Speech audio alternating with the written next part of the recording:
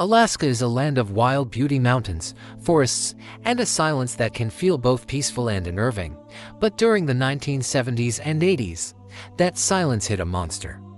A man who seemed like a harmless neighbor but was secretly a predator who hunted women in the Alaskan wilderness. This is the chilling story of Robert Hansen, the butcher baker. By day, Robert Hansen was a soft-spoken, almost awkward baker in Anchorage. People saw him as gentle, the kind of man you'd never suspect of anything worse than burning a loaf of bread. But behind that quiet exterior lived a violent hunger for control, and a fantasy so twisted it felt like a horror film. Hansen targeted young women, often dancers or runaways living on the margins of society. He'd approach them with offers of money or a modeling job, but once they were in his car, the polite baker vanished, a gun would appear, and the nightmare would begin.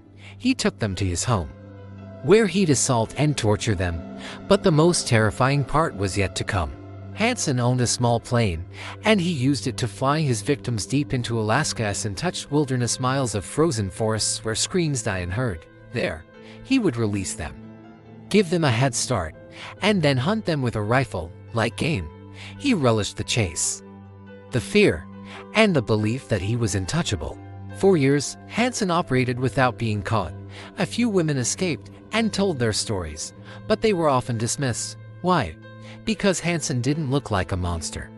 He was a respected business owner, family man.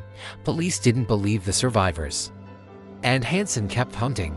Everything changed in 1983 when one young woman escaped, barefoot and still in handcuffs.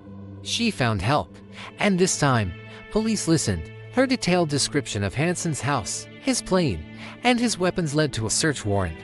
What they found was horrifying. In a hidden corner of his home, they discovered a map with dozens of marks scattered across the wilderness. Each mark was a grave.